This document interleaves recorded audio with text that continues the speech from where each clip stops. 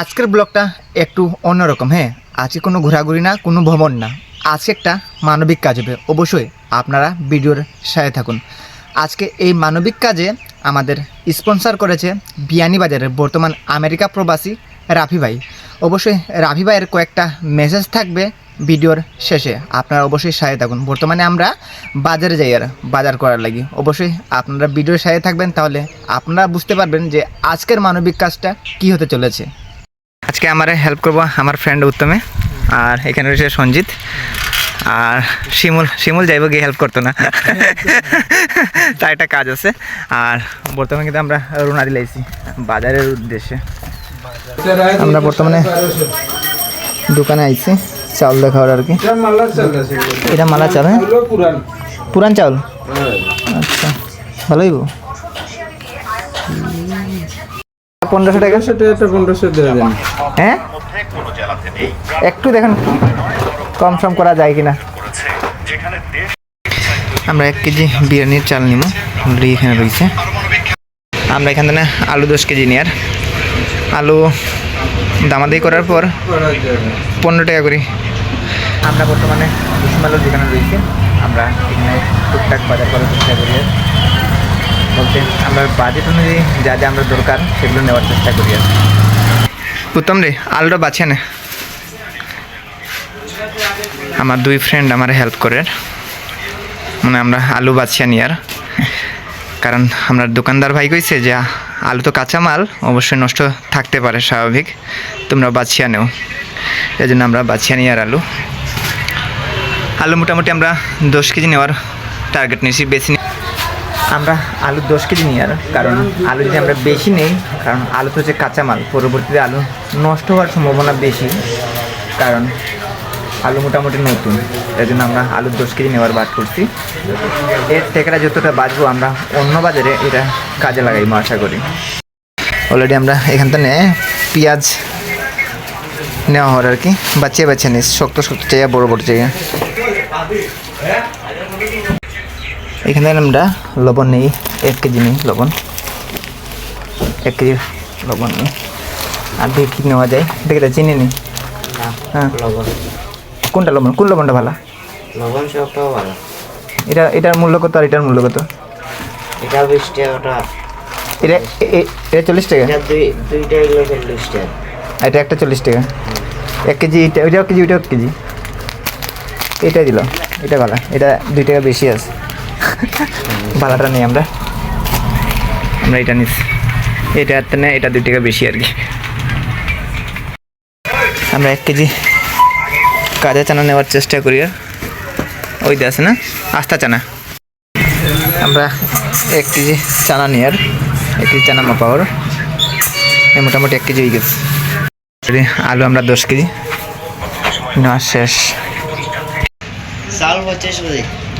এটা মিনিকেট না, লেখেন কিতা লেখা 25 কেজি মিনিকেট। 10 কেজি আলু, 10 কেজি আলু, 3 কেজি পেঁয়াজ, 3 কেজি পেঁয়াজ, আর 1 কেজি লবণ, 1 কেজি লবণ, 1 কেজি চানা, 1 কেজি চানা, তেল 2 লিটার, 2 লিটার তেল, আর সরিষা তেল 250, 250 ml সরিষা। সরিষা।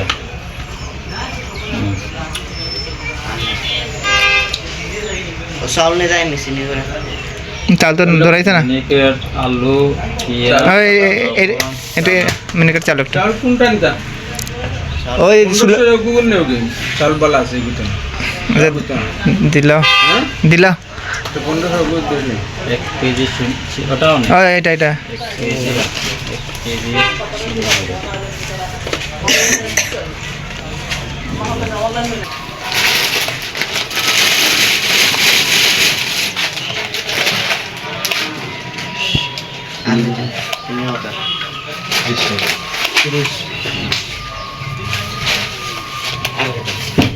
কত হলো?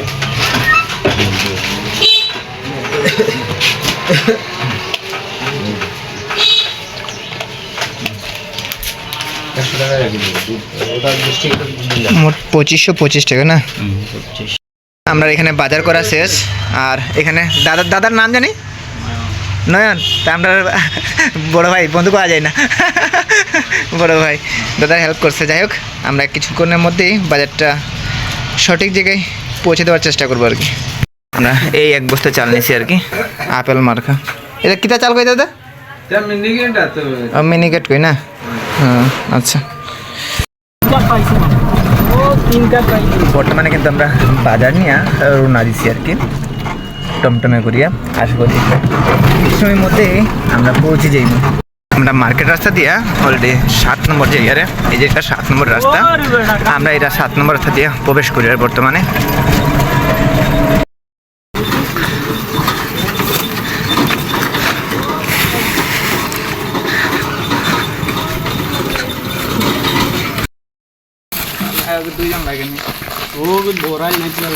আরে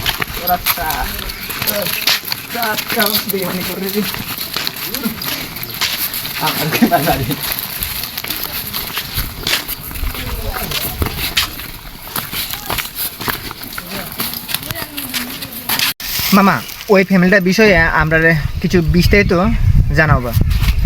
মানে ওই ফ্যামিলিতে মানে আমার আফারে ওই এক জায়গায় বিয়ে দিছিলাম। মানে ওর জামাইটা একটা ছেলে একটা মেয়ে হওয়ার পরে ওই জামাই আরেকটা বিয়ে করার বাদে ওই সংসার নিয়ে পড়ে রয়েছে। আর আমার আফারে এই জায়গায় দিয়ে গেছে, দেওয়ার পরে মানে ছাড়াছাড়ি গেছে। ছাড়াছাড়ি হয় নাই, মানে বছরে 2 বছরে মানে আইসা মানে 2-1 দিন থাইকে আবার চলে যায়। কোনো এর মানে দায়িত্ব পালন করে না, বাচ্চা কাচ্চা আছে মানে আর দেখাশোনা করে না। ওই যখন বড় ভাই তারা আছে এর তো একটু সমস্যা, চোখে কম দেখে আর একটু হার্টের একটু সমস্যা আছে। মানে এর চিকিৎসা করতে 15-16 হাজার টাকা প্রত্যেক মাসের জায়গায়। মানে এগুলা নিয়ে সবার তো ফ্যামিলি আছে, বড় ভাই তোর ফ্যামিলি আছে, সবার মানে এরা চালানিটা মানে আমরার পক্ষে অনেকটা কষ্ট হয়ে যাবে। ছেলে মেয়ে কয়জন আর কি? একটা ছেলে 2টা মেয়ে আছে। আসলে আমরা হুসেনের কাছ থেকে বিস্তারিত জানার চেষ্টা করলাম, অবশ্যই আপনারাও বিস্তারিত জানতে পেরেছেন। রাফি ভাইয়ের এই যে মানবিক কাজগুলো সত্যি প্রশংসার দাবিদার। আসলে রাফি ভাইয়ের মাধ্যমে এই কাজটা আমরা করতে পেরেছি। হ্যাঁ, আমাদের যতটুকু শ্রম দেওয়ার আমরা ততটুকু দেওয়ার চেষ্টা করেছি। আসলে এরকম ভালো কাজ করার পর যে মনের মধ্যে যে একটা আনন্দ প্রকাশ পাই, এটা প্রকাশ করার মতো কোনো ভাষা নেই আর কি। যাই হোক, আপনারা সকলেই রাফি ভাইয়ের জন্য দোয়া এবং আশীর্বাদ করবেন, যাতে করে রাফি ভাই এরকম সব সময় ভালো কাজে এগিয়ে থাকতে পারে। এই ভালো কাজে রাফি ভাইয়ের একটা মেসেজ, এইটা রাফি ভাইয়ের উদ্দেশ্য আর কি। এই মেসেজটা সকলের কাছে পৌঁছুক। 10,000 গ্রাম রয়েছে, 10,000 গ্রামের মধ্যে প্লাস 10,000 বড় লোক মানুষ রয়েছে, যেটা প্রভাবশালী মানুষ। এই 10,000 ফ্যামিলি এই পবিত্র রমজান মাসে অনেক টাকা ইফতারি করে থাকে। তো রাফি ভাইয়ের মেসেজটা হচ্ছে ঠিক এইরকম। এই 10,000 ফ্যামিলি যদি, যারা প্রভাবশালী রয়েছে, প্রত্যেক দিন যদি কোনো অসহায় পরিবারকে একটু সহযোগিতা করে, তাহলে সকলেই এই পবিত্র মাসে ভালো একটা ইফতার করতে পারবেন। এইরকমই দাদা একটা মেসেজ আসলো। এই মেসেজটা আসলে আমার কাছেও অনেক ভালো লেগেছে। অবশ্যই আজকের এই ভালো কাজের ভিডিওটা আপনাদের কেমন লেগেছে অবশ্যই কমেন্ট করে জানিয়ে দেবেন। আর অবশ্যই আমার এই পেজের মাধ্যমে যদি যে কোনো একটা অসহায় পরিবারের এরকম একটা ভালো কাজ হয়, তাহলে অবশ্যই এই পেজে ভিডিও করা আমার সার্থক। অসংখ্য ধন্যবাদ রাফি ভাই, যার স্পন্সারে আজকে এই ভালো কাজটা আমরা করতে পেরেছি। আমার ফ্রেন্ডও আজকে অনেক কষ্ট করেছে, মোটামুটি এখন আমরা কমপ্লিট শেষ করতে পেরেছি আর কি।